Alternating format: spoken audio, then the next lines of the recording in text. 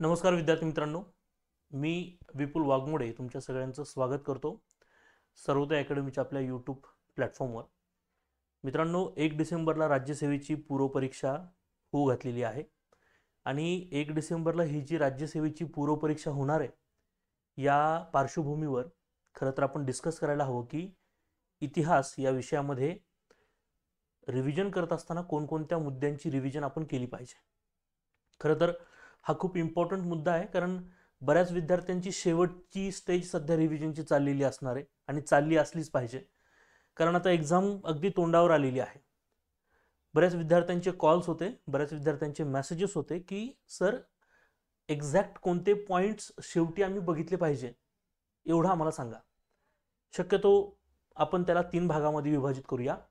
म्हणजे सुरुवातीला आपण आधुनिक भारताचा इतिहास जो आहे, ठीक आहे, हा मी तुम्हाला व्यवस्थित प्रकारे सांगेल की कोणकोणते पॉईंट या मॉडर्न इंडियन हिस्ट्रीमध्ये किंवा आधुनिक भारताच्या इतिहासामध्ये आपण रिकॉल केले पाहिजे व्यवस्थित प्रकारे, आणि त्याच्यामध्ये काय काय गोष्टी आपण पाहिल्या पाहिजे. थोडक्यात मी फक्त पॉईंट सांगेल. ज्या बुक्समधून तुम्ही रिव्हिजन केली असेल, ज्या ज्या रेफरन्सेसमधून तुम्ही वाचला असेल, त्याच रेफरन्सेसमधून तुम्ही आता पाहायचं आहे, कारण नवीन रेफरन्स आता कसल्याही प्रकारचा तुम्ही वापरू नका, तो वापरू नये. कारण ज्यावेळेस एक्झाम तोंडावर असते अशा वेळेस आपण कसल्याही प्रकारचा नवीन रेफरन्स यूज करता कामा नये आणि यूज करू नये. तुम्ही जे आत्तापर्यंत वाचलंय, ज्या बुकमधून वाचलंय, म्हणजे विशेषतः मुलं समाधान महाजन सरांच्या पुस्तकाला खूप जास्त रेफर करतात.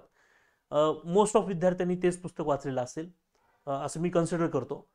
तर साहजिक आहे की या पुस्तकामधून तुम्ही जे जे कंटेंट रीड केलेले आहेत, फक्त मी आता हे सांगेल या सेशनमधून की मॉडर्न इंडियन हिस्ट्रीमध्ये किंवा आधुनिक भारताच्या इतिहासामध्ये कोणते असे महत्त्वाचे पॉईंट्स आहेत ज्याच्यावर आयोगाचा फोकस असतो आणि त्या घटकावर आयोग क्वेश्चन करू शकतो, आणि तो क्वेश्चन कोणत्या एक्झॅक्ट वेनं होईल याचा एक अंदाज तुम्हाला मी आजच्या सेशनमध्ये देणार आहे. व्हिडिओ अगदी कमी वेळाचा करण्याचा प्रयत्न करेल आणि त्याच्यामध्ये जास्तीत जास्त डेटा किंवा जास्तीत जास्त माहिती तुमच्यापर्यंत सांगण्याचा प्रयत्न करेल, म्हणजे तुमचा वेळही वाचेल आणि तुम्हाला एक प्रॉम्प्ट जी माहिती मिळायला हवी खरं तर ती पण याच्यामध्ये मिळेल. हाच माझा याच्यामध्ये उद्दिष्ट असणार आहे. ओके, तर अगदी वेळ न दवडता आपण आपल्या सेशनला सुरुवात करूया. आधुनिक भारताच्या इतिहासामध्ये नेमकं आपल्याला काय पाहायचं, ठीक आहे. चलो बघा, सगळ्यात महत्त्वाचा पहिला मुद्दा की ज्यावेळेस आपण आधुनिक भारताच्या इतिहासावर, आधुनिक भारताचा इतिहास जो आहे या बाबतीत ज्यावेळेस तुम्ही अभ्यास करत असता त्यावेळेस तुम्हाला प्रामुख्याने काही महत्त्वाचे घटक आयोग विचारत असतो, आणि हे फ्रिक्वेंटली विचारले गेलेले घटक आहेत. काही टॉपिक्स आहेत, मी त्या टॉपिक्सवर पण म्हणजे सांगेलच की कोणकोणते टॉपिक आपण शेवटच्या काळात बघितले पाहिजे किंवा त्याच्यावर रिव्हिजन करून गेलं पाहिजे, आणि त्यामध्ये कोणकोणत्या गोष्टी आपण लक्षात ठेवल्या पाहिजे. ढोबळमानाने चर्चा करून मग मग मी पुढच्या टॉपिकला सरकेल. सो अशा पद्धतीने मी सरकणार आहे. ओके, बघा आता यामध्ये सगळ्यात पहिला जो महत्त्वाचा मुद्दा असणार आहे तो म्हणजे तुम्ही वारंवार पाहत असाल की दरवर्षी एक तरी कायद्यावर क्वेश्चन असतोच. कायदा, law. British east India company भारतामध्ये येणं आणि ब्रिटिश ईस्ट इंडिया कंपनी पासून त्याचं रूपांतर मग ब्रिटिश गव्हर्नमेंटमध्ये, म्हणजे साधारण तुम्हाला एक माहिती असेल की ब्रिटिश ईस्ट इंडिया कंपनी भारतामध्ये एक व्यापारी कंपनी म्हणून आली, जिचा उद्देश फक्त आणि फक्त भारतामध्ये नफा कमवणे एवढाच होता. कारण माझं हमेशाचं एक वाक्य आहे की ब्रिटिशांची ध्येय धोरणं ही भारतामध्ये फक्त आणि फक्त आर्थिक स्वरूपाची होती, ही लक्षात ठेवा ही गोष्ट. ओके, म्हणजे मी फक्त हे राज्यसेवेसाठी आता प्रकर्षाने सांगेल की राज्यसेवेच्या विद्यार्थ्यांनी काय करावं 1 डिसेंबरला ज्यांचा पेपर आहे त्यांचं, आणि जे कंबाईनसाठी तयारी करत असतील ते जर हा व्हिडिओ पाहत असतील तर त्याही विद्यार्थ्यांना सांगेल की हेच पॉईंट तुम्ही पण व्यवस्थित करा, तुम्हाला हे एक्झाममध्ये खूप जास्त फायदा होणार आहे.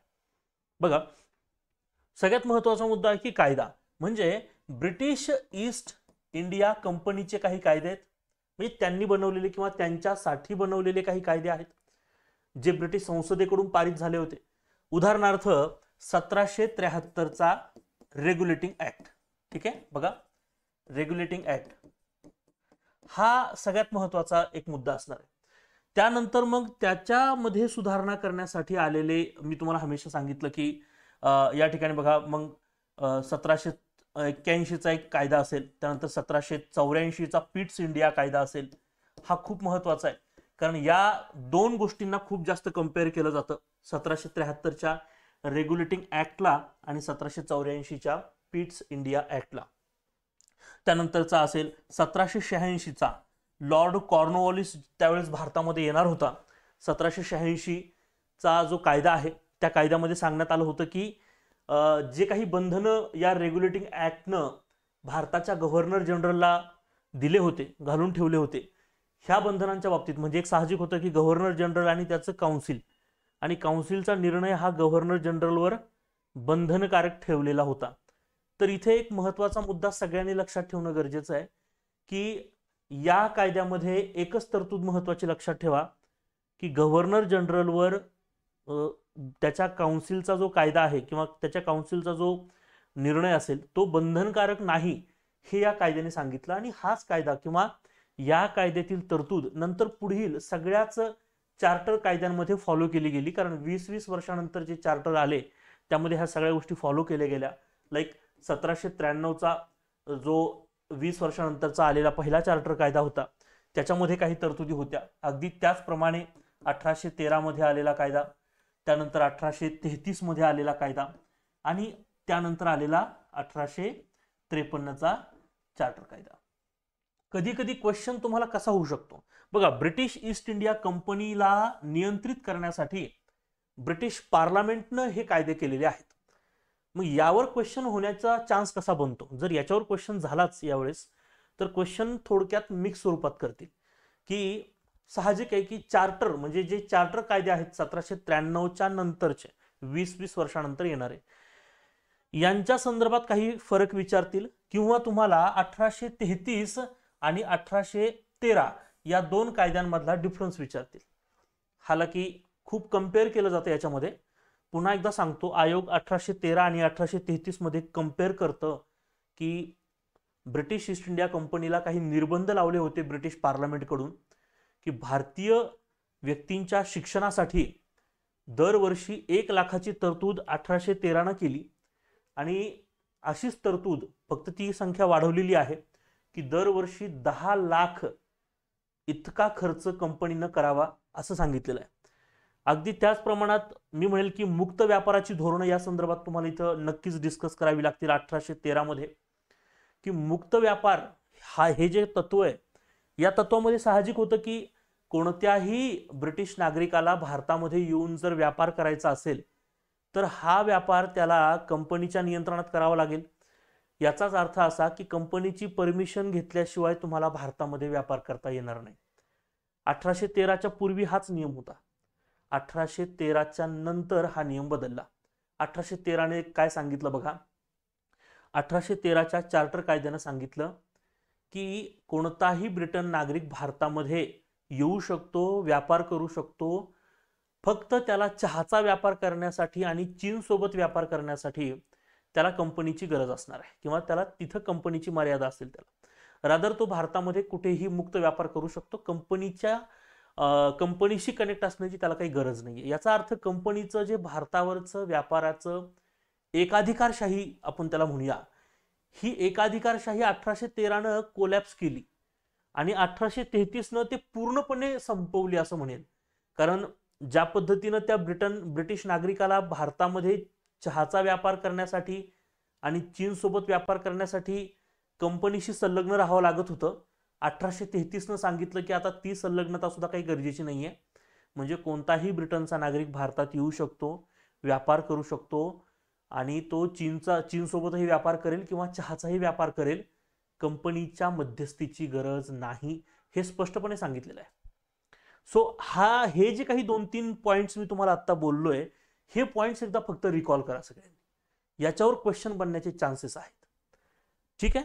सोबतच 1773च्या रेग्युलेटिंग ऍक्टच्या तरतुदी व्यवस्थित करा आणि या तरतुदी करत असताना नक्कीच 1784चा पिट्स इंडिया ऍक्ट याच्याही तरतुदी तुम्ही व्यवस्थित प्रकारे करणं आवश्यक आहे. ठीक आहे. आय होप की तुम्हाला हे सगळं समजलं असेल. मी लगेच पुढच्या पॉईंटकडे सरकतो कारण मी फक्त तुम्हाला पॉइंट्स आणि त्याच्यामध्ये कोणत्या अँगल्स आहेत हे सांगणार आहे आणि कृपया ते तुम्ही नक्कीच शेवटच्या काळात एकदा रिकॉल नक्की करा. डेफिनेटली तुम्हाला याच्यामध्ये खूप जास्त एक्झामला फायदा होणार आहे. ठीक आहे. याच्या नंतरचा पुढचा पॉइंट काय असणार आहे बघा, आता आपण कायदा हाच टॉपिक पाहतोय, तर याच्यामध्ये अजून काही कायदे आहेत. जसं की 1857चा उठाव झाल्याच्या नंतर ब्रिटिश ईस्ट इंडिया कंपनीची सत्ता खारिज करण्यात आली आणि आता ब्रिटिश ईस्ट इंडिया कंपनी ऐवजी ब्रिटिश गव्हर्नमेंट, ब्रिटिश सरकार आता भारतावर नियंत्रण करेल किंवा भारताची जबाबदारी आता ब्रिटिश सरकारची असेल.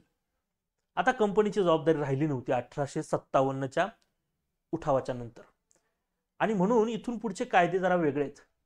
आता याच्यामध्ये 1861चा काउन्सिल कायदा किंवा त्याला मराठीमध्ये परिषदांचा कायदा, ओके, परिषदांचा कायदा असं सुद्धा म्हटलं गेलेलं आहे. आणि हा पहिला काउन्सिल कायदा असं म्हटलं जातं, फर्स्ट काउन्सिल ऍक्ट. आणि त्याच्यानंतर आलेला दुसरा काउन्सिल कायदा तो 1892चा आहे, हा दुसरा काउन्सिल कायदा.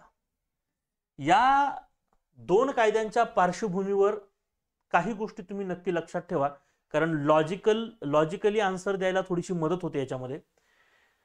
ह्या दोन्ही कायद्याच्या पार्श्वभूमीमध्ये तुम्हाला लक्षात ठेवावं लागेल की 1857च्या उठावाच्या नंतर तुम्ही बऱ्याचशा पाठ्यक्रमाच्या पुस्तकात किंवा NCERTच्या पुस्तकात एक वाक्य रीड केलं असेल की भारतामध्ये 1857च्या उठावानंतर मध्यमवर्गीय बुद्धिजीवी वर्गाचा उदय झालेला आहे. मध्यमवर्गीय बुद्धिजीवी वर्ग हा तुमच्या आमच्यासारखा सर्वसामान्य वर्ग, पण ब्रिटिश सरकारकडे काही राजकीय मागण्या हे करणार आहेत. आणि त्या संदर्भात त्यांनी ब्रिटिशांकडे एक मागणी केली होती की कायदे तुम्ही भारतीयांसाठी ज्या मंडळात कायदे तयार करताय त्या कायदे मंडळामध्ये भारतीयांची संख्या वाढवा, भारतीयांचे प्रॉब्लेम्स जाणून घ्या आणि मग भारतीयांसाठी कायदे पारित करा. इतकी साधी सरळ सोपी मागणी या ठिकाणी भारतीय बुद्धिजीवी लोकांची होती. पण ब्रिटिशांची मुख्य धोरणं ही वेगळी होती. जरी ब्रिटिश शासन किंवा ब्रिटिश सरकार जरी आता इथं नियंत्रणात असलं तरी सुद्धा शेवटी ब्रिटिश किंवा ब्रिटन हे एक व्यापारी देश आहे. त्यामुळे भारतामधून त्यांना फक्त आणि फक्त आर्थिक बेनिफिट्स हवे होते, बाकी दुसरं काही नव्हतं. ओके, ही जर गोष्ट लक्षात ठेवली तर बाकी सगळा पॉइंट्स तुम्हाला कळायला मदत होऊ शकते. ओके, सो आता इथं लक्षात ठेवा की भारतीय परिषदांचा हा कायदा आला. या कायद्यानं भारतीयांच्या मागण्या म्हणजे बुद्धिजीवींच्या मागण्या ज्या होत्या की राजकीय मागणी जी होती ती या ठिकाणी कधीही मान्य केली नाही. त्याच अगदी त्या स्वरूपात दुसरी जी मागणी होती परिषदांची, म्हणजे आपण त्याला म्हणूया की हा जो काही परिषदांचा दुसरा कायदा आला, ओके, परिषदांचा कायदा जो आला याच्यामध्ये सुद्धा भारतीयांना त्यांनी नाराज केलेला आहे. सो हे दोन कायदे. आणि त्यानंतर मात्र 1909चा मोर्ले मिंटो कायदा, बघा मोर्ले मिंटो कायदा, त्यानंतर 1919चा मॉन्टेग्यू चेम्सफोर्ड कायदा, मॉन्टेग्यू चेम्सफोर्ड हा कायदा, आणि त्यानंतर 1935चा सुधारणा कायदा. हे जे तीन कायदे आहेत याच्यावर तर म्हणजे हे तर लाडके पॉइंट्स आहेत आयोगाचे. आयोग याच्यावर डेफिनेटली क्वेश्चन करणारच आहे. म्हणजे दरवर्षी जर तुम्ही पाहिलं आयोगाच्या पेपरचं जर व्यवस्थित अनालिसिस केलं असेल तर तुमच्या लक्षातही आलं असेल की कधीतरी 1909 वर क्वेश्चन होतो, त्याच्यानंतरच्या नेक्स्ट इयरला 1919 वर होऊ शकतो, रादर 1935 वर होऊ शकतो. सो दरवर्षी आयोग काय करतंय, रिपीट अँड रिपीट फॉर्मॅटमध्ये ह्या तीन कायद्यांवर खूप जास्त क्वेश्चन करतं. ओके, आता ब्रिटिशांची कायदे किंवा ब्रिटिशांनी भारतात आणलेली जर कायदे बघितले तर ही काही कायदे तुम्हाला महत्वाची आहेतच. सो ह्या सगळ्या कायद्यांचा अभ्यास करा. जसं की 1909च्या कायद्यानं मुस्लिम मतदारसंघ तयार केले, 1919च्या कायद्यानं डिव्हाइड अँड रूल करत असताना शीख मतदारसंघ तयार केले. आलं लक्षात. 1935चा कायदा जो आपण त्याला म्हणूया की ज्या कायद्यातल्या तरतुदी आपण भारतीय संविधानामध्ये खूप जास्त म्हणजे 90% इम्पॅक्ट 1935च्या कायद्याचा आहे भारतीय संविधानावर, तर अशा 1935च्या कायद्यातील तरतुदी विचारतात. त्यामुळे मी हमेशा सांगेल की रिव्हिजन करत असताना ह्या तिन्ही कायद्याची रिव्हिजन कंपॅरिझन फॉर्मॅटमध्ये करा. म्हणजे हे तिन्ही कायद्याच्या तरतुदी अगदी व्यवस्थित प्रकारे कंपेअर करत करा, म्हणजे तुम्हाला याच्यामध्ये खूप जास्त बेनिफिट होईल. Everyone clear? Okay, I hope की हे सगळ्यांना समजलं असेल. आता याच्या व्यतिरिक्त अजून कोणती कायदे असतात तर बघा, यामध्ये काही दुष्काळ कायदे आहेत, म्हणजे त्याला फेमिन ऍक्ट म्हणूया. ओके, हे काही दुष्काळ कायदे या ठिकाणी तुम्ही व्यवस्थित प्रकारे करणं अपेक्षित आहे. आणि त्या कायद्याची नावं किंवा तो कायदा कोणाच्या शासन काळात आला याच्याविषयी तुम्हाला विचारलं जाऊ शकतं. सोबतच तुम्हाला या ठिकाणी काही factory act, okay, factory act या ठिकाणी तुम्हाला विचारले जाऊ शकतात. ठीक आहे ना. सो काही फॅक्टरी ऍक्ट तुम्ही व्यवस्थित करणं अपेक्षित आहे या ठिकाणी. त्यानंतर तुम्हाला काही मी म्हणेल की विधवा पुनर्विवाह संदर्भात म्हणण्यापेक्षा, सॉरी जस्ट अ मिनिट, बालविवाह जो आहे, ओके, बघा एक आधुनिक भारताच्या इतिहासामध्ये स्त्रियांची अवस्था हा एक वेगळाच टॉपिक तुम्ही स्टडी करा, म्हणजे खरं तर ज्याच्यामध्ये स्त्रियांच्या व्यथा तुम्हाला माहिती असणं गरजेचं आहे. जसं की सपोज सगळ्यात महत्वाची व्यथा ही होती की बालविवाह, त्यानंतर होता जरट विवाह, त्यानंतर होता विधवा पुनर्विवाहाला विरोध. येते लक्षात केशवपणाची प्रथा. ह्या ज्या काही सोशल आपण त्याला म्हणूया की सामाजिक प्रॉब्लेम्स होते महिलांचे, तर ह्या प्रॉब्लेम संदर्भात ब्रिटिशांनी कोणते कोणते ऍक्ट केले. आता सतीचा कायदा तर सगळ्यांना माहितीच आहे की 1828चं ते विधेयक आणि 1829च्या आसपास हा कायदा पारित झालेला आहे. तर या कायद्यासाठी जसं राजाराम मोहन रॉय यांनी खूप जास्त मदत केली होती, तर भारतामधले एक समाजसुधारक आहेत नाना शंकरसेठ, जगन्नाथ शंकरसेठ, यांनी खूप मोठी मदत केलेली आहे. सो हा काही सिनॅरिओ जो आहे, म्हणजे नाना शंकरसेठ हे समाजसुधारक माहिती असणं गरजेचं आहे. ज्यावेळेस संमती वयाचा कायदा आपण पाहूया, म्हणजे आपण त्याला म्हणूया की महिला किंवा बालविवाह या संदर्भातले काही कायदे जे आहेत हे कायदे तुम्हाला पाहणं गरजेचं आहे. ओके, तर बालविवाहाच्या कायद्यात लक्षात ठेवा, जसं की बेहरामजी मलबारी यांच्या प्रयत्नांनी काही कायदे पारित करण्याचा प्रयत्न झाला होता. येते लक्षात. या दरम्यानच्या कालखंड, जसं की सपोज साधारणतः मी म्हणेल की 1875 पासून ते पुढे एक प्रकरण घडले होते. सगळ्यांना माहिती असतील महिला समाजसुधारक ज्यांचं नाव आहे रखमाबाई राऊत, डॉक्टर रखमाबाई राऊत. आता सगळ्यांना माहिती आहे की रखमाबाई राऊतांची ही जी केस आहे, ओके, रखमाबाईचा खटला, तर हा तुम्हाला खूप महत्वाचा आहे. इथं दादाजी भिकाजी यांच्या विरुद्ध रखमाबाई, म्हणजे असं जो काही खटला होता की त्यांचा बालविवाह झाला होता. ज्यावेळेस रखमाबाईंचा विवाह झाला होता त्यावेळेस त्या 11 वर्षाच्या होत्या आणि दादाजी हे साधारणतः 19 वर्षाच्या होत्या असं सांगितलं जातं. नंतर मग दादाजींचं शिक्षण पूर्ण झालं आणि मग रखमाबाईंना सासरी यायचं होतं, त्यात त्यांनी विरोध केला होता. आणि मग त्याच्यामध्ये मग रखमाबाईंच्या बाजूनं गोगा आगरकर, अगदी न्यायमूर्ती के.टी. तेलंगनी सुद्धा त्यांचं वकीलपत्र घेतलं होतं. आणि नंतरच्या कालखंडामध्ये फिरोजशाह मेहतांनी सुद्धा रखमाबाईंचं वकीलपत्र घेतलेलं आहे. तर दुसऱ्या बाजूनी दादाजींच्या बाजूने लोकमान्य टिळक, बऱ्याच वेळेस केसरी वर्तमानपत्रातून त्यांनीही लिहिलेलं आहे रखमाबाईचा खटला म्हणून. हिंदू लेडी म्हणून कुणी लिखाण केलं असा क्वेश्चन साहजिक विचारला जाऊ शकतो. लोकहितवाद्यांच्या वर्तमानपत्रांमधून हिंदू लेडी या टोपण नावाने काही सदरं लिहिली गेली होती, काही लेख लिहिले गेले होते. तर ते लेख जे आहेत मित्रांनो लक्षात ठेवा, हे लेख रखमाबाई राऊत यांनी लिहिले होते आणि त्याच्यामध्ये भारतीय महिलांची समस्या दाखवली गेली होती. तर जे मी तुम्हाला ज्यावेळेस समाजसुधारक कोणकोणते करायचे हे सांगेल त्यावेळेस हे सिनारिओ तुम्ही करणं गरजेचं आहे. ओके, तर बघा कायद्यांच्या बाबतीत विचार केला तर दुष्काळ कायदे, फॅक्टरी ऍक्ट, बालविवाह कायदे हेच खरं तर तुम्ही व्यवस्थित प्रकारे करणं गरजेचं आहे. ओके, येतं लक्षात सगळ्यांना? एव्हरीवन, चलो just a minute. Okay, so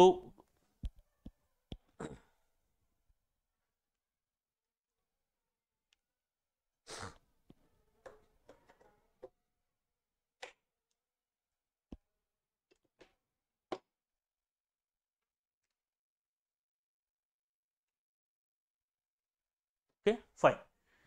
so असे काही कायदे सगळ्यांनी आता रिव्हिजन मध्ये आणणं गरजेचं आहे. ओके, बघा काय काय सांगितलं कायद्यांच्या बाबतीत. हा एक टॉपिक म्हणजे कायदा, रेग्युलेटिंग ऍक्ट पासून सगळेच, म्हणजे 1781चा, 84चा, 86चा, 93चा चार्टर, 1813चा चार्टर, 1833चा, 1853चा चार्टर, देन मग 1861 आणि 1892ला कम्पेअर करायचं. त्यानंतर 1909, 1919 आणि 1935ला कम्पेअर करा. मोस्ट फ्रिक्वेंटली ह्याच्यावर क्वेश्चन जाण्याचे चान्सेस आहेत. ठीक आहे, त्यानंतर क्वचित वेळेस दुष्काळ कायदे, फॅक्टरी ऍक्ट किंवा बालविवाह संदर्भातील कायदे, मग सती कायदा जो आहे त्या संदर्भात पण विचारलं जाऊ शकतं. तर मग त्याच्यामध्ये तुम्ही सगळेच सिनारिओ चेक करायचे कायद्यामध्ये. हे जे मी अदर कायदे सांगतोय याच्यामध्ये ह्या कायद्याचे हे कायदे पारित होण्यासाठी कोणत्या भारतीय व्यक्तींनी प्रयत्न केले होते, भारतीय व्यक्तींचे प्रयत्न याच्यामध्ये करायचे. ब्रिटिशांनी हा कायदा पारित करण्यासाठी काही प्रयत्न केलेले आहेत का? ओके, ह्या सगळ्या गोष्टी पाहायच्यात.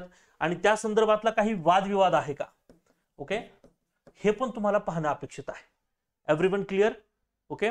आणि काही शेतकऱ्यांसंदर्भातले, काही शेती संदर्भातले काही ऍक्ट आहेत. जसं की एका परीक्षेला विचारलं होतं, डेक्कन ऍग्रिकल्चर रिलीफ ऍक्ट, दख्खनचे दंगे झाले होते त्यावेळेस हा कायदा पारित झाला होता. तर या संदर्भात कोणत्या भारतीय व्यक्तींनी मदत केली होती किंवा कोणत्या भारतीय संस्था संघटना होत्या, जसं की सार्वजनिक सभा याच्यामध्ये खूप सक्रिय होती त्यावेळेस. ओके. तर असे जे पॉईंट्स आहेत हे पॉईंट्स तुम्ही या सिनॅरिओनं थोडंसं रिवाइज करणं गरजेचं आहे. ठीक आहे. चला आपण आता दुसऱ्या पॉईंटकडे जाऊया. बघा, मॉडर्न इंडियन हिस्ट्रीमध्ये अजून काही पॉईंट्स आहेत ज्याच्यावर आपल्याला खरं तर फोकस करणं गरजेचं आहे. कायद्यावर एक क्वेश्चन हमखास येणार आहे. एवढं जरी तुम्ही कायद्याच्या बाबतीत रिवाइज करून गेलात तरी 1 मार्क तुमचा याच्यामध्ये फिक्स होणार आहे. ओके. आणि प्रॉपर रिव्हिजन करून जायचे. ठीक आहे. सेकंड टॉपिक जो सांगेल यामध्ये मी सांगेल की 1857चा उठाव हा एक सगळ्यात महत्वाचा मुद्दा आहे. 1857चा उठाव. आता 1857चा उठाव याच्यामध्ये तुम्हाला ह्या उठावाचं स्वरूप पाहावं लागेल. यामध्ये तुम्हाला या उठावाची कारणं पाहावी लागतील. कारणं रिवाइज करा. मग त्याच्यामध्ये तत्कालिक कारण कोणतं होतं, त्याच्यानंतर आपण त्याला म्हणूया की जी काही लॉंग टर्मची कारणं आहेत, जसं की सपोज जसं आपण त्याला म्हणूया की ब्रिटिशांनी काही सामाजिक बदल केले होते, सामाजिक कायदे, आपण त्याला म्हणूया की धार्मिक काही कायदे बदल केले होते, काही सामाजिक चेंजेस झाले होते, सैनिकांची अवस्था खूपच बिकट होती. हे सगळे कारण त्याच्यामध्ये येतील. तत्कालिक कारण सर्वांना माहिती आहे की मंगल पांडेनी त्या ठिकाणी ब्रिटिश अधिकाऱ्याला गोळी घातली आणि तिथून हे सगळं प्रकरण सुरू झालं. ह्यानंतरचा सगळ्यात महत्वाचा मुद्दा आहे की ह्याच्यामध्ये महाराष्ट्रामध्ये किती मोठा इम्पॅक्ट पडलेला आहे. ठीक आहे ना. मग महाराष्ट्रामध्ये नागपूरमध्ये घडलेला उठाव असेल, छत्रपती संभाजीनगरमध्ये घडलेला उठाव असेल, येते लक्षात. त्याच्यानंतर नागपूरमध्ये त्यानंतर मी सांगितलं की कोल्हापूरमध्ये घडलेले उठाव असतील, सातारामध्ये घडलेले उठाव असतील, येते लक्षात. अशा उठावांचं एकदा सगळ्यांनी, आणि त्याचे नेतृत्व कोण आहेत येते लक्षात, आणि त्याच्यामध्ये कोण फितुरी केली होती येते लक्षात. ह्या सगळ्या गोष्टी करा. नरगुंदचा उठाव विचारण्याचे चान्सेस बनतात. बाबासाहेब भावे हे व्यक्ती नरगुंदच्या उठावामध्ये नेतृत्व करत होते. तर मग त्यांनी बाबासाहेब भावेंच्या विरोधात जे ब्रिटिश अधिकारी होते ते कोण होते. तर इथं तुम्हाला ह्या गोष्टी विचारल्या जाऊ शकतात की भारतीय नेतृत्व, अगदी स्थानिक नेतृत्व, आणि त्याच्या विरोधात असलेले ब्रिटिश नेतृत्व, हे तुम्हाला हमखास विचारण्याचे चान्सेस बनतात या ठिकाणी. तर हे सर्वांनी करायचं. आणि अजून एक महत्वाचा सिनारिओ याच्यामध्ये रिवाइज केला तर अतिउत्तम, की 1857चा उठाव होण्याच्या अगोदर, त्याच्या पूर्वी काही उठाव झालेले आहेत. हे उठाव तुम्हाला माहिती असणं गरजेचं आहे. मी नक्की सांगेल की याच्यामध्ये तुम्ही क्लासिफिकेशन करताना बंगालमध्ये घडलेले उठाव, महाराष्ट्रामध्ये घडलेले उठाव आणि दक्षिण भारतामध्ये घडलेले उठाव, हे जरा व्यवस्थित प्रकारे ह्या 3 कॅटेगरीजमध्ये अभ्यास करून याचा जाणं अपेक्षित आहे सगळ्यांनीच. ओके. जसं की बंगालमध्ये मी म्हणेल की तुम्हाला आता या ठिकाणी जर बघा, आता अजून एक आहे की महाराष्ट्राच्या इतर ठिकाणी घडलेल्या उठावामध्ये संथाळांचा उठाव असणार आहे, हो जमातीचा उठाव असणार आहे, चुवारांचा उठाव असणार आहे, येतं लक्षात. त्यानंतर अजून काही धार्मिक कारणामधून काही उठाव घडले होते ते असणार आहेत. दक्षिण भारतामध्ये आपण त्याला म्हणूया की दक्षिण भारतामध्ये ब्रिटिशांनी वेलाथंपी यांचा हा उठाव खूप फेमस आहे की ज्याच्यामध्ये राजावर खूप सारे निर्बंध लावले होते आणि राजाने ते निर्बंध मानले नव्हते. तर वेलाथंपी हे दिवाण होते, तर दिवाण वेलाथंपी यांचा उठाव, तर याच्यावर सुद्धा क्वेश्चन विचारले जाऊ शकतात. तर असे काही मुद्दे तुम्ही सर्च करणं गरजेचं आहे आणि याच्यावर क्वेश्चन बनण्याचे चान्सेस खूप बनतात. तर 1857च्या उठावाच्या बाबतीत तुम्हाला ह्या गोष्टी कराव्या लागतील. आणि सगळ्यात महत्त्वाचा मुद्दा म्हणजे 1857च्या उठावाचा परिणाम, आणि तो परिणामामध्ये तुम्हाला 1858ला राणीच्या जाहीरनाम्याच्या बेसिसवर काढलेला हा जो कायदा होता, हा कायदा सुद्धा तुम्हाला रिवाइज करणं किंवा रिकॉल करणं खूप गरजेचं असणार आहे. Okay. So it's all about 1857चा उठाव. आता त्याच्यानंतर जो पुढचा मुद्दा मी डिस्कस करेन तो आहे की ब्रिटिशांची भारतातील आर्थिक धोरणं, आणि ह्याच्यावर तर मी सांगतो हमखास क्वेश्चन आहे. ओके. बघा, ब्रिटिशांची भारतातील आर्थिक धोरणे, ठीक आहे, आर्थिक धोरणे. आता हे लक्षात ठेवा की ब्रिटिशांनी भारतामधून 3 माध्यमातून पैसा उकळलेला आहे. किती माध्यमातून पैसा काढला? 3 माध्यमातून. एक, आता याच्यावर दरवर्षी क्वेश्चन आहे, या वर्षी सुद्धा डेफिनेटली क्वेश्चन आहे, डेफिनेटली क्वेश्चन, हमखास 100%. आणि ही कन्सेप्ट आहे, हे जे काही धोरण आहे ब्रिटिशांचं, मग ती ब्रिटिश ईस्ट इंडिया कंपनी असेल किंवा 1857च्या उठावाच्या नंतर मी म्हणेल ब्रिटिश गव्हर्नमेंट असेल, भारतामध्ये ब्रिटिशांची ध्येय धोरणं ही आर्थिक स्वरूपाची होती. याचा अर्थ ब्रिटिशांना भारतामधून फक्त आणि फक्त प्रॉफिट काढायचा होता, हाच होतो. दुसरा अर्थ होऊच शकत नाही याच्यामध्ये. त्यामुळे सगळ्यांनी ही गोष्ट लक्षात ठेवणं अपेक्षित आहे. Everyone clear? मग याच्यामध्ये हे लक्षात ठेवा की भारतीयांकडून सगळ्यात जास्त जर का पैसा उकळला असेल तर तो शेतीच्या माध्यमातून उकळलेला आहे. त्यानंतर उद्योगाच्या माध्यमातून, कारण भारतीय उद्योग ठप्प पाडलेले आहेत. आणि तिसरं म्हणजे जकात धोरण. त्यांच्या पॉलिसीज मध्ये हे खूप महत्वाचं आहे. आता एक साहजिक मुद्दा लक्षात ठेवा की आपल्याला शेती म्हटलं की लगेच तुम्ही पाठ काय करता? तुम्ही पाठांतर करता की जमीन सुधारणा पद्धती. मग ती लिलाव पद्धत आहे, कायमधारा पद्धत आहे, रयतवारी पद्धत असेल, महालवारी पद्धत असेल, लगेच पाठ करून टाकतात. ती कोणत्या कोणत्या वर्षी आली, बरोबर, आणि कोणाच्या शासन काळात ती आली, बरोबर, त्याचे वैशिष्ट्य काय, हे तर पाठ करणं गरजेचंच आहे. रयतवारीवर क्वेश्चन असणारच आहेत. या रयतवारीमध्ये सुद्धा एक उपपद्धत होती, ती म्हणजे मौजेवारी पद्धत. मग त्यामध्ये जमिनीची प्रतवारी करणं गरजेचं होतं. मग ही प्रतवारी करण्यासाठी कोणकोणते अधिकारी अपॉइंट करण्यात आले होते, हे जे काही बारकावे आहेत हे तुम्ही रिकॉल करायचेच आहेत, नो डाऊट. पण कन्सेप्ट पहिले समजून घेणं खूप गरजेचं आहे. ब्रिटिशांनी, आणि हा कन्सेप्टवर हा क्वेश्चन बनू शकतो 100%, डेफिनेटली बनतो. मित्रांनो, एक लक्षात घ्या, ब्रिटिशांनी शेती अर्थव्यवस्थेमध्ये 2 महत्वाचे बदल केले होते. सगळ्यात पहिला बदल त्यांनी केला की शेतसारा जो होता, शेतसारा त्यांनी पैशाच्या स्वरूपात केला होता, सगळ्यात पहिला बदल. आणि दुसरा महत्वाचा बदल केला होता की जी जमीन आहे ही जमीन हस्तांतरणीय केली होती. माने जमीन हस्तांतरणीय करणं म्हणजे काय, तर जर तुम्ही टॅक्स भरला नाही तर तुमची जमीन तुमची राहणार नाही. या अशा काही बदलांमुळे खूप सारे परिणाम झालेले आहेत. आणि या परिणामांमध्ये आपल्याला डिस्कस करावं लागतं की भारतीय शेतीवर कोणता बदल झाला किंवा कोणता परिणाम झाला, आणि भारतीय समाज जीवनावर कोणता परिणाम झाला.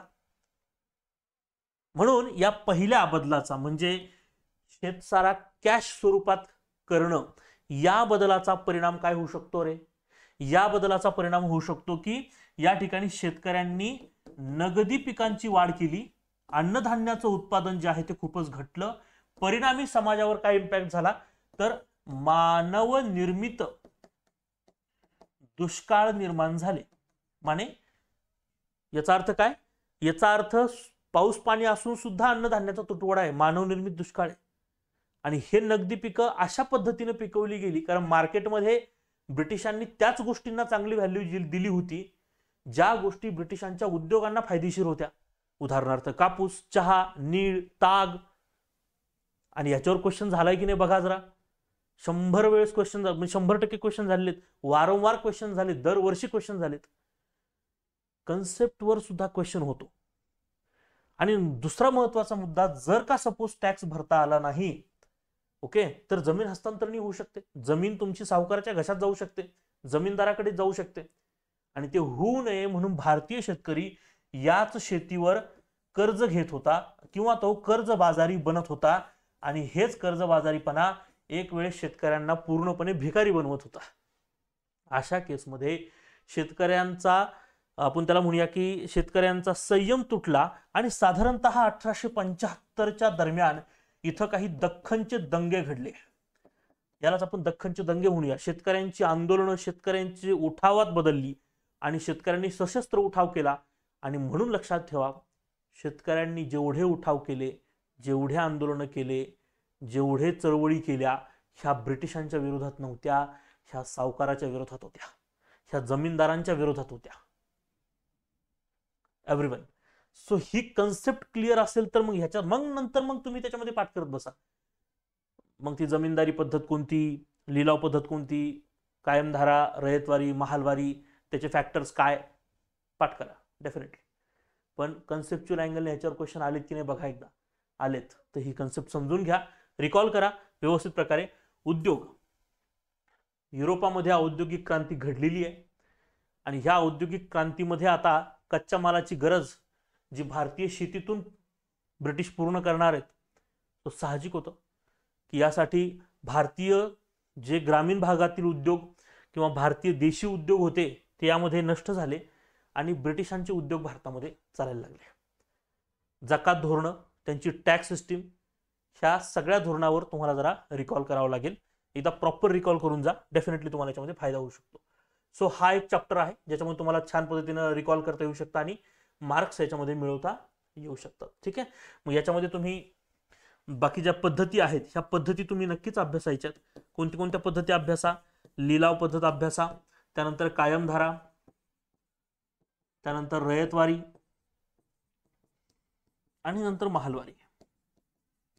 आता या ठिकाणी सगळ्यांनी काय लक्षात ठेवायचं बघा, या पद्धतीचा अभ्यास करत असताना बघा, ही सगळ्या पद्धतीचा ज्यावेळेस तुम्ही अभ्यास करताय, ह्या सगळ्या गोष्टींचा अभ्यास करत असताना काही पर्टिक्युलर गोष्टी नक्की लक्षात ठेवा.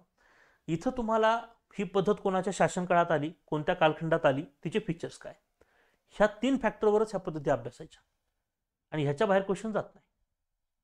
क्लिअर? ठीक आहे, चलो बघा, अजून कोणत्या मुद्द्यावर क्वेश्चन होत असतो हिस्ट्रीमध्ये किंवा कोणत्या मुद्द्यावर क्वेश्चन होऊ शकतो? बघा, 1857च्या पूर्वीचे उठाव पाहिले, 1857चा उठाव पाहिला, ब्रिटिशांची आर्थिक धोरणं पाहिलेली आहेत आणि आपण पाहिले की कायदे पण पाहिलेली आहेत. ओके, आता राष्ट्रीय काँग्रेसची स्थापना किंवा राष्ट्रीय काँग्रेस, तुम्हाला सगळ्यांना राष्ट्रीय काँग्रेस म्हटलं की पहिले आठवतं ते म्हणजे अधिवेशन. अधिवेशनं तर असलीच पाहिजे महत्वाची लक्षात. ओके, पण राष्ट्रीय काँग्रेसच्या स्थापनेची उद्दिष्ट विचारलेली आहेत. कोणकोणते व्यक्ती, विशेष करून ब्रिटिश व्यक्ती, राष्ट्रीय काँग्रेसच्या स्थापनेला हजर होते आणि राष्ट्रीय काँग्रेसच्या पाठीशी उभा होते. यामध्ये सर ॲलन ह्यूम आणि ॲलन ह्यूम यांचा सुरक्षा झडप सिद्धांत डेफिनेटली करायचं सर्वांनीच. सुरक्षा झडप सिद्धांत. याच्यानंतर राष्ट्रीय काँग्रेस आणि ह्या राष्ट्रीय काँग्रेसमध्ये कशा पद्धतीनं भांडवलवादी चळवळी, भांडवलवादी धोरणं कधी इंटर झाली, याच्यामध्ये कधी समाजवादी, म्हणजे पंडित नेहरूंच्या हिशोबाने जर विचार केला तर समाजवादी धोरणं कधी इंटर झाली आणि कधी साम्यवादी चळवळीनं याच्यात जन्म घेतला, हे पण पाहावं लागेल. ओके, आणि मग या अनुषंगाने तुम्हाला क्रांतिकारी सुद्धा बघावं लागेल. सो राष्ट्रीय काँग्रेसचे हे काही पैलू तुम्हाला अभ्यासता आले पाहिजे, हे लक्षात ठेवा. Everyone clear? ठीक आहे, ओके. सो हे काही पॉइंट्स नक्की रीड करा. भांडवलवादी चळवळीच्या बाबतीत कोण कोण नेतृत्वामध्ये होतं, समाजवादी चळवळीचे नेतृत्व कोणाकडे होते आणि साम्यवादी चळवळीचे नेतृत्व कोणाकडे होते, हे माहिती असणं गरजेचं आहे. काही साम्यवादी नेत्यांनी पंडित जवाहरलाल नेहरू आणि सुभाषचंद्र बोस यांच्यावर टीका केली होती, तर ही टीका का केली होती हे पण माहिती असणं गरजेचं आहे. त्याच्यामुळे तुम्हाला खूप सारा फॅक्ट मिळेल आणि जो पेपरला महत्वाचा असेल. आणि असे काही पॉईंट असतात, आता इथं सगळ्या अख्ख्या जगाला माहिती आहे सगळं, पण इथं असे काही पॉईंट असतात की जे प्रॉपर रिकॉल जर आणि रिवाइज जर केले तर डेफिनेटली आयोग याच्यावर क्वेश्चन करू शकतो. थोडासा आउट ऑफ सिलेबस भाग उरतो किंवा बऱ्याच विद्यार्थ्यांच्या नजरेत हा भाग नसतो आणि मग याच्यावर आयोगाने क्वेश्चन केला तर तुमचा बेनिफिट होऊ शकतो याच्यामध्ये. ओके, सो राष्ट्रीय काँग्रेसचा प्रवास व्यवस्थित प्रकारे करून जा. ॲलन ह्यूम यांचा सुरक्षा झडप सिद्धांत काय आहे हे पण व्यवस्थित करून जा. ठीक आहे, आणि याच्यामध्ये मग त्यानंतर राष्ट्रीय काँग्रेसच्या जे काही महत्वाचे इयर्स आहेत, वर्ष आहेत, आणि त्याच्यामध्ये जे अधिवेशन आहेत त्या अधिवेशनामध्ये जोड्या लावायला क्वेश्चन होऊ शकतो की अध्यक्ष कोण आहेत. ओके, याच्यावर सुद्धा क्वेश्चन होईल. आणि आता आपण बघूया ते म्हणजे राष्ट्रीय चळवळीचा भाग, सगळ्यात महत्वाचा राष्ट्रीय चळवळ.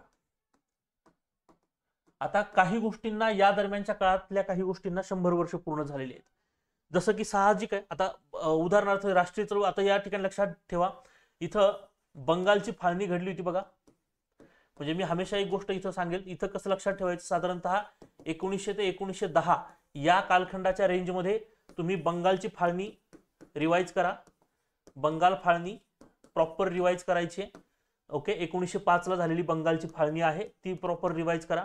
1906 ला स्थापन झालेली मुस्लिम लीग असेल त्याच्याविषयी जरा माहिती काढून घ्या. ओके, त्यानंतर 1906 लाच स्थापन झालेलं स्वदेशी आंदोलन असेल, हे स्वदेशी आंदोलनाचा प्रवास बघा. स्वदेशी आंदोलन अभ्यास करत असताना तुम्हाला प्रश्न विचारला जातो की स्वदेशी आंदोलनाच्या कालखंडामध्ये खालीलपैकी कोणकोणती देशी वर्तमानपत्रांना बंदी घालण्यात आली. स्वदेशी आंदोलन हे ब्रिटिशांच्या वस्तू, विचार, संस्कृती, साहित्य आणि प्रत्येक अशा गोष्टी ज्या ब्रिटिश आहेत अशा गोष्टींवर बहिष्कार टाकणारं होतं. त्यामुळे ऑब्व्हियसली ब्रिटिशांच्या गोष्टींवर बहिष्कार टाकलाय तर भारतीयांच्या त्या गोष्टींना त्यांनी प्रमोट केलेलं आहे स्वदेशी आंदोलनामध्ये. पुणे वस्त्रप्रचारिणी सभा लोकमान्य टिळकांनी सुरू केली होती, ज्याच्यामध्ये विदेशी कापडांची होळी करण्याचा प्रयत्न झालेला होता. तर ह्या सगळ्या गोष्टी ज्या आहेत त्या व्यवस्थित प्रकारे तुम्ही स्वदेशी आंदोलनाला व्यवस्थित एकदा रीड करणं गरजेचं, त्याचे फॅक्ट जरा व्यवस्थित प्रकारे चेक करणं गरजेचं आहे. आणि जर सपोज तुम्हाला हे एकदम कमी वेळात पाहायचं असेल तर आपल्या सर्वोदय अकॅडमीच्या यूट्यूब चॅनलला मी सगळ्या गोष्टींचे लेक्चर्स घेतलेले आहेत. कृपया जर तुम्ही या चॅनलला सबस्क्राईब केलेलं नसेल तर सबस्क्राईब करा आणि याच्यामध्ये तुम्ही सगळे लेक्चर्स स्क्रोल करून बघा. मी बऱ्याच कालावधीपूर्वी हे सगळे लेक्चर्स घेऊन ठेवलेले आहेत. किमान तेवढे लेक्चर जरी बघून गेलात तरी सुद्धा खूप मोठा बेनिफिट तुम्हाला होणार आहे याच्यामध्ये. ओके, चलो यानंतर बघा. आणि समाजसुधारक तर मी सगळेच घेतलेले आहेत. आपल्या चॅनलवर जेवढे समाजसुधारक आहेत एक साधारणतः पर्टिक्युलर आय थिंक 15-16 समाजसुधारक मी घेतलेले आहेत महत्वाचे. ओके, एवढे जरी समाजसुधारक करून गेलात ना तरी सुद्धा खूप मोठा बेनिफिट होणार आहे. त्यामुळे सर्वोदय अकॅडमीचं चॅनल सबस्क्राईब करायचं आहे आणि सगळ्यांनी समाजसुधारक मात्र सगळे बघून जा. मी सगळे समाजसुधारक घेतलेले आहेत आपल्या यूट्यूबच्या चॅनलला. ओके, तर सगळ्यांनी ते समाजसुधारक व्यवस्थित प्रकारे बघा एकदा ते. आणि ती काही साधारणतः मला वाटतं की अर्ध्या तासाचे लेक्चर्स आहेत ते फक्त.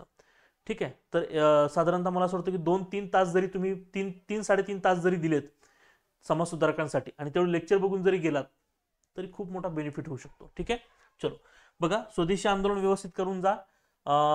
त्यानंतरच्या कालखंडामध्ये लोकमान्य टिळकांशी कनेक्टेड असलेला मुझफ्फरपूर कट खटला जो होता, ज्याच्यामध्ये प्रफुल्ल चाकी आणि खुदिराम बोस या 2 क्रांतिकारकांनी खूप मोठं काम केलं होतं, ते त्या संदर्भात पण विचारलं जाऊ शकतं.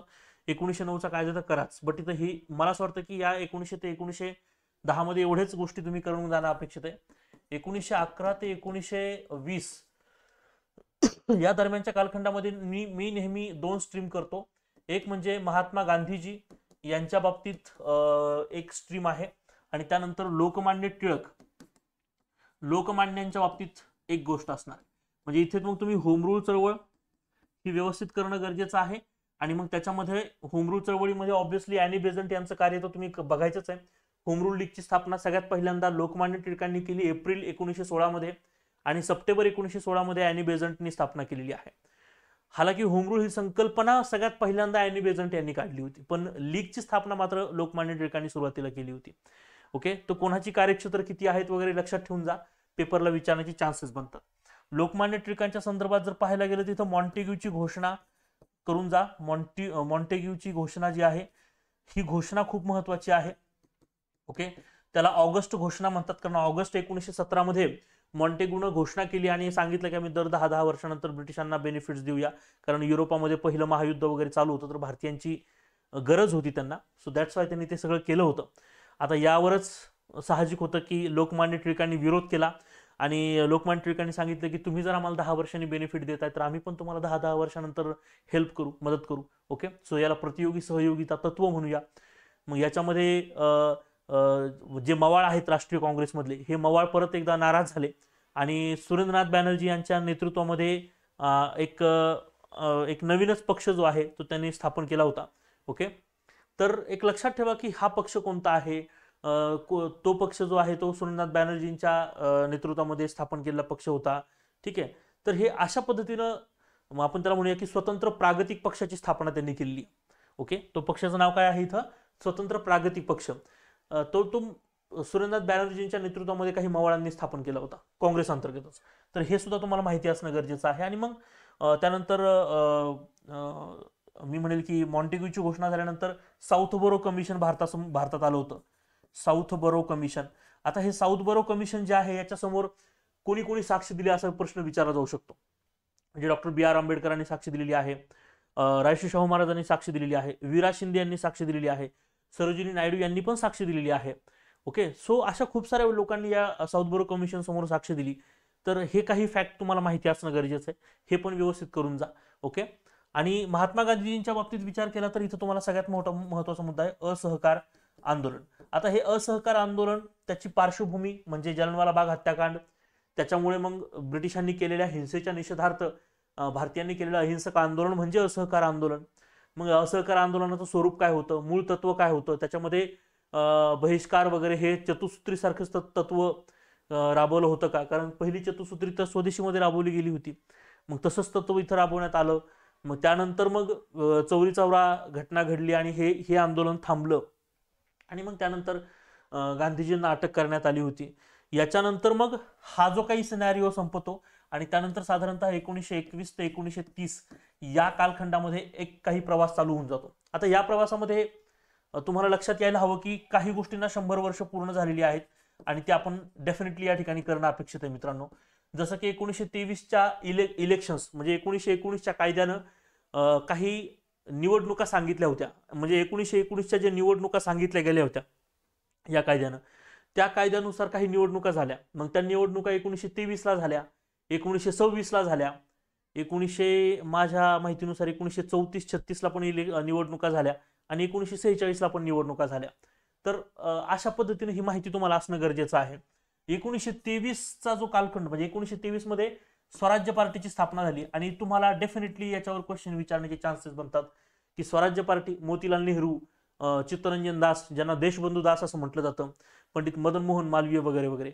आणि 1925चा कालखंड यासाठी महत्वाचा आहे कारण या स्वराज्य पार्टीमध्ये कशा प्रकारे फूट पडली होती लक्षात ठेवा, कारण याच्यामध्ये स्वराज्य पार्टीमध्ये फूट पडून प्रतियोगी सहयोगिता पक्ष स्थापन करण्यात आला होता जो मदन मोहन मालवीय यांच्या नेतृत्वामध्ये करण्यात आला होता. आणि 1926चे जे इलेक्शन झाले त्या 1926च्या इलेक्शनमध्ये अलाहाबाद मतदारसंघातून पंडित मदन मोहन मालवीय यांनी पंडित मोतीलाल नेहरू यांना हरवलेलं होतं.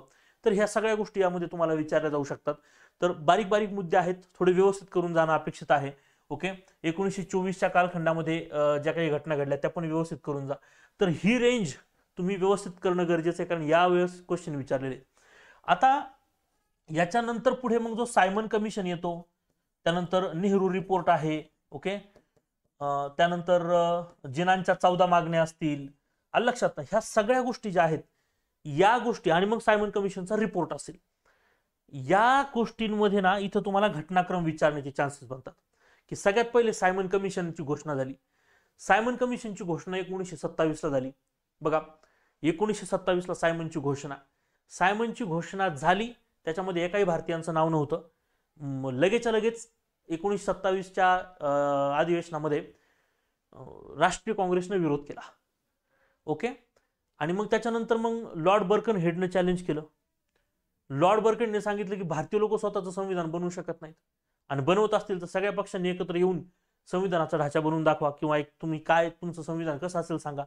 मोतीलाल नेहरूने ते चॅलेंज स्वीकारलं आणि सर्वपक्षीय समिती स्थापन केली. त्याच्यातून मग मोतीलाल नेहरूंचा रिपोर्ट आला. नेहरू रिपोर्टमध्ये वसाहतीच्या दर्जाचं स्वातंत्र्य आल्याच्या नंतर लगेच बॅरिस्टर जिनांच्या 14 मागण्या आल्या. 14 मागण्या येत आहेत, तिकडून लगेच परत वसाहतीच्या दर्जात स्वातंत्र्य होऊन गेलं होतं आणि वसाहतीच्या दर्जात स्वातंत्र्य हवंय की पूर्ण स्वातंत्र्य हवंय याच्यावर काँग्रेसमध्ये परत मतमतांतर तयार झाले होते याच्यानंतर इमिजिएट. मग त्याच्यामध्ये परत काँग्रेस फुटती की काय असं वाटायला लागलं होतं, म्हणून गांधीजी म्हटले होते 1929-30लाच की 1 वर्ष आपण वसाहतीच्या दर्जाच्या स्वातंत्र्याने प्रयत्न करूया आणि जर एका वर्षात वसाहतीच्या दर्जाचं स्वातंत्र्य मिळालं नाही तर मग मात्र आपण पूर्ण स्वातंत्र्याच्या हिशोबाने प्रयत्न करूया. आणि हे सगळं होऊन नंतर सायमन कमिशनचा अहवाल आला. त्या अहवालाला काही अर्थ सोडला नव्हता. सायमन कमिशन 2दा भारतात आलेलं आहे. 1928 मध्ये 2 टर्म मध्ये सायमन कमिशन भारतात येऊन गेलं. ठीक आहे, तर ह्या सगळ्या गोष्टी तुम्हाला त्या घटनाक्रमामध्ये माहिती असणं गरजेचं आहे. मग 1931ला सविनय कायदेभंगाचं आंदोलन सुरू करण्यात आलं. ओके, तो मग पुढचा कालखंड येतो की 1931 ते 1940 या कालखंडामध्ये मग तुम्हाला सविनय कायदेभंग ही चळवळ व्यवस्थित प्रकारे करून जा. आता सविनयाचं मग तत्व काय, कोणत्या धोरणावर ही चळवळ साकारली गेली होती. ओके, या चळवळीच्या दरम्यान भारतातील वातावरण कसं होतं या संदर्भात थोडंसं जरा व्यवस्थित बघून जा. आणि याच दरम्यान ब्रिटिशांनी गोलमेज परिषदेचं आयोजन केलं होतं आणि ह्या गोलमेज परिषदेमध्ये पहिली बैठक, दुसरी बैठक आणि तिसऱ्या बैठक, त्यातल्या दुसऱ्या बैठकीला राष्ट्रीय काँग्रेस हजर, पहिल्या बैठकीला कोण कोण हजर होतं, मुस्लिम लीगचं कोण हजर होतं, लक्षात ना. त्यानंतर हिंदू महासभेचं कोण हजर होतं, राष्ट्रीय काँग्रेसचं कोणी होतं का. ओके, राष्ट्रीय काँग्रेसचे तर दुसऱ्याच बैठकीला हजर होते. जातीय निवाडा हा दुसऱ्या बैठकीच्या नंतर जातीय निवाडा जाहीर झाला आणि मग तिसरी बैठक झाली. आणि मग ह्या जातीय निवाड्याच्या विरोधात गांधीजी येरवडा जेलमध्ये या ठिकाणी एक मिनिट, उपोषणाला बसले आणि इथं घडला पुणे करार. गांधीजी पहिल्या गोलमेज परिषदेला गेलेले नव्हते. पहिल्या आणि दुसऱ्या गोलमेज परिषदेच्या दरम्यान, म्हणजे दुसऱ्या गोलमेज परिषदेला गांधीजींनी जावं यासाठी आयर्विन आणि महात्मा गांधीजी यांच्यामध्ये काय सुरू होऊन गेलं, तर एक प्रकारे मी म्हणेल की महात्मा गांधीजी आणि आयर्विन यांच्यामध्ये दिल्ली करार झाला, दिल्लीच्या जेलमध्ये. तर साहजिक आहे की ह्या दरम्यानच्या कालखंडात सुद्धा घटनाक्रमावर क्वेश्चन येऊ शकतो. जातीय निवाडा नेमका काय होता, त्यात तरतुदी कोणत्या होत्या. पुणे करारामध्ये आंबेडकरांनी सही केली आणि गांधीजींच्या बाजूनी कोणी सही केली, सी राजगोपालाचारींनी सही केली, पंडित मदन मोहन मालवीय त्या ठिकाणी होते.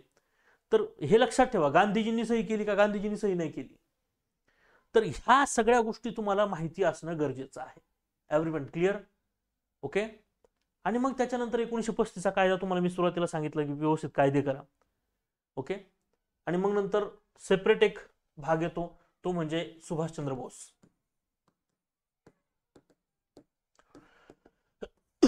मग त्याच्यामध्ये तुम्ही बघा की सुभाषबाबूंचं हरिपुरा अधिवेशन असेल, त्यानंतर त्रिपुरा अधिवेशन असेल, आणि त्याच्यानंतर सुभाषबाबूंनी काँग्रेस सोडणं, फॉरवर्ड ब्लॉक कमिशनची स्थापना करणं. लक्षात ठेवा, फॉरवर्ड ब्लॉक कमिशनच्या मुंबई शाखेचे अध्यक्ष सेनापती बापट होते. ठीक आहे, हे लक्षात ठेवा बरं का, क्वेश्चन विचारला जाऊ शकतो. तर ते पण जरा व्यवस्थित प्रकारे रिकॉल करा सगळ्यांनी. आणि मग सुभाषबाबू जेलमधून पळून जेलमधून त्यानंतर घरी आले नजरकैदेत. घरातून त्यांनी ब्रिटिशांना गुंगारा देऊन निघून गेले आणि तिथून मग त्यांनी जर्मनी गाठलं, तिथून नंतर जपान, आणि मग आझाद हिंद फौजा. त्याच्यावर एक क्वेश्चन होऊ शकतो. लक्षात, आझाद हिंद सेनेचं प्रतीकचिन्ह काय, घोषणा काय, क्वेश्चन विचारले जातील याच्यावर. अंदमान निकोबार जिंकलं, त्याला शहीद आणि स्वराज्य ही नावं देण्यात आली होती. ह्या गोष्टी रिकॉल करून जाणं गरजेचं आहे. आणि सगळ्यात महत्वाचा, सगळ्यात शेवटचा टप्पा, तो म्हणजे 1941 ते 1947. याच्यामध्ये राजकीय प्रवास, याच्यामध्ये सगळ्यांना माहिती क्रिप्स मिशन येऊन गेलं. त्यानंतर मग राजाजी प्लॅन होता सी राजगोपालाचारी यांचा. त्यानंतर मग भोलाभाई देसाई आणि लियाकत अली यांनी एक प्लॅनिंग मांडला होता, तो पण फेल गेला. त्यानंतर वेवेल योजना आली, त्यानंतर ब्रेकडाऊन प्लॅन मांडला गेला, त्यानंतर माउंट बॅटन आले, आणि त्या फायनली मग त्याच्यामध्ये आपण त्याला म्हणूया की बाल्कनायझेशन केलं गेलं, म्हणजे मोठ्या भूप्रदेशाचे 2 तुकडे करण्याचा निर्णय झाला. हा राजकीय प्रवास सगळ्यांनी बघायचा आहे. आणि एक जो आंदोलनाचा प्रवास आहे त्याच्यामध्ये छोडो भारत आंदोलन, हे आंदोलन सगळ्यांनी व्यवस्थित प्रकारे रिकॉल करा. या आंदोलनामध्ये गांधीजींनी काय सांगितलं हे लक्षात ठेवा. गव्हर्नमेंट नोकऱ्या सोडा असं म्हटले का गांधीजी, म्हणजे सरकारी नोकऱ्यांचा त्याग करा असं म्हटलेत का, की असं म्हटलेत की सैनिकांना सांगितलंय का की तुम्ही नोकऱ्या सोडून या, सैनिकांना सांगितलं की तुम्ही भारतीयांवर गोळ्या चालू नका, विद्यार्थ्यांना सांगितलं की तुम्ही ऍडमिशन कट करू नका, खंबीर असाल तरच या चळवळीमध्ये सक्रिय व्हा, संस्थानिकांना सांगितलं की तुम्ही तुमच्या प्रजेचे रक्षक आहात हे लक्षात ठेवा, लोकांना सांगितलं की त्याच जमीनदाराला तुम्ही टॅक्स द्या जो जमीनदार भारताच्या स्वातंत्र्यासाठी प्रयत्न करील. तर एक प्रकारे ही चळवळ बांधण्याचा प्रयत्न गांधीजींनी केला. आणि मग त्याच्यानंतर पण पुढचा प्रवास आहे. मग याच्यामध्ये प्रति सरकार स्थापन झाली. सगळ्यात पहिलं प्रति सरकार बलियामधलं चित्तू पांडे यांच्या नेतृत्वातलं, महाराष्ट्रातलं सातारामधली क्रांतिसिंह नाना पाटलांचं प्रति सरकार, ज्याच्यामध्ये नागनाथ नायकवाडी, ओके, येते लक्षात ना, यशवंतराव होते सगळे. तर ह्या ठिकाणी सगळेच तुम्हाला लोक माहिती असणं गरजेचं आहे. तर ती पूर्ण लोकांची यादी किंवा त्या सगळ्या व्यक्तींची यादी, संघटना, ठीक आहे ना, तारचेर मधील काही प्रति सरकार असतील, ओके, हे प्रति सरकार व्यवस्थित करून जा. भारतात किती प्रति सरकार होती, गांधी विवाह पद्धत काय होती हे पण व्यवस्थित करून जा. प्रश्न विचारले जातील याच्यामध्ये. आणि ज्या ज्या गोष्टी तुम्हाला माहिती नाहीत, कधी वाचण्यात नव्हत्या, पण लेक्चरमध्ये माझ्या तोंडून काही शब्द आले असतील तर कृपया ते नोंद करा आणि त्याच्यावर गुगल सर्च करा किंवा चॅट जीपीटी जिंदाबाद, सध्या ते एकदम बेस्ट आहे, तर ते करा व्यवस्थित. सो अशा पद्धतीने सगळ्या गोष्टी रिकॉल करा. आयोग या घटकांवर क्वेश्चन टाकणार आहे, लक्षात ठेवा. हेच घटक महत्वाचे आहेत. गव्हर्नर जनरल्स मध्ये तुम्ही माउंट बॅटन, वेवेल हे तुम्हाला करायचेच आहेत. मॉन्टेग्यू तुम्ही व्यवस्थित करा. ओके. त्यानंतर भारतमंत्री मोर्ले हे तुम्ही व्यवस्थित करणे गरजेचं आहे. लॉर्ड कर्झन चांगला करून जा, विचार जाऊ शकतो लॉर्ड कर्झनवर पण, ठीक आहे ना. त्यानंतर त्यानंतर लॉर्ड कॉर्नवॉलिस असेल. ओके. सो अजूनही काही जे काही गव्हर्नर आहेत, हे गव्हर्नर एक व्यवस्थित प्रकारे सगळ्यांनी व्यवस्थित करून जा. त्यानंतर काही क्रांतिकारी आहे. आता क्रांतिकार्यामध्ये मी 2 भागात विभाजन करतो. एक म्हणजे साधारणतः असहकार चळवळीपर्यंत, म्हणजे 1920 पर्यंतचं क्रांतिकार्य, आणि त्यानंतर 1920च्या नंतरचं क्रांतिकार्य. मग याच्यामध्ये अनुशीलन समिती, त्याच्यानंतर मग अनुशीलन समिती, मग बघा इथं अनुशीलन समिती असेल बंगालमधल्या, त्याच्या अंतर्गत काही क्रांतिकार्य झाला असेल. महाराष्ट्रामध्ये या ठिकाणी तुम्हाला मित्रमेळा वगैरे ह्या संघटना असतील. क्रांतिकारकांचं इंग्लंडमधलं सगळ्यात महत्वाचं म्हणजे ठिकाण म्हणजे इंडिया हाऊस, याच्यावर क्वेश्चन विचारला जाऊ शकतो. मादाम कामा यांच्याविषयी क्वेश्चन विचारला जाऊ शकतो. तर तुम्ही ह्या गोष्टी करणं गरजेचं आहे. आणि मग इकडून तुम्हाला 1920च्या नंतरचं क्रांतिकार्य, कारण तिकडं रूस आपण त्याच्यामध्ये बोल्शेविक क्रांती होणं आणि लेनिनचं सरकार येणं आणि भारतामध्ये क्रांतिकार्याला एकदम मी म्हणेल की उदय झाला भारतीय क्रांतिकारकांचा परत एकदा. सॉरी. त्याच्यामध्ये Hindustan Republican association, Hindustan socialist Republican association, अशा काही क्रांतिकारी संघटना व्यवस्थित करून जा. गदर ही एक क्रांतिकारी संघटना आहे, ते पण करून जा. कामागाटो मारू प्रकरण काय होतं, ते जे जपानचं जहाज होतं ते कॅनडाकडे गेलं, कॅनडातून परत भारताकडे आलं, तर ते कसं काय काय काय होतं ते बघा. त्याच्यामध्ये मग विष्णू गणेश पिंगळे असतील, येते लक्षात ना. हे क्रांतिकारक कोण होते हे महत्वाचं आहे. मास्टरदा सूर्यसेन. ओके. तर हे क्रांतिकारक कोण आहेत व्यवस्थित प्रकारे ते करून जा. भगतसिंगांवर क्वेश्चन होण्याचे चान्सेस बनतायत. ओके. तर ह्या सगळ्या गोष्टी तुम्हाला व्यवस्थित प्रकारे माहिती असणं गरजेचं आहे. समाजवादी चळवळी व्यवस्थित करून जाणं अपेक्षित आहे.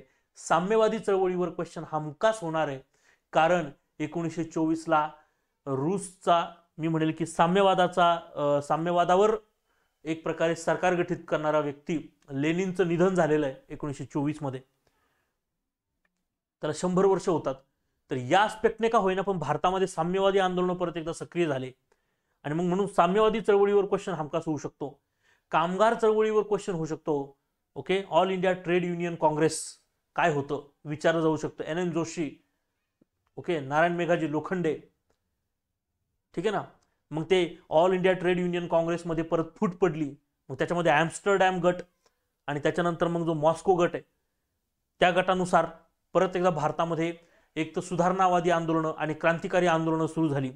क्रांतिकारी मार्गाने सगळेजण जायला सुरुवात झाली, आणि मग कामगार चळवळीचा एक वेगळा प्रवास आहे. त्यामुळे तो एक टॉपिक व्यवस्थित करणं अपेक्षित आहे. ओके. आणि समाजसुधारकांना मी सांगितलंय, समाजसुधारकांच्या बाबतीत सांगितलंय की तुम्ही आपल्या चॅनलवर जेवढे मी समाजसुधारक घेतलेले आहेत एवढे समाजसुधारक एकदा बघून जा.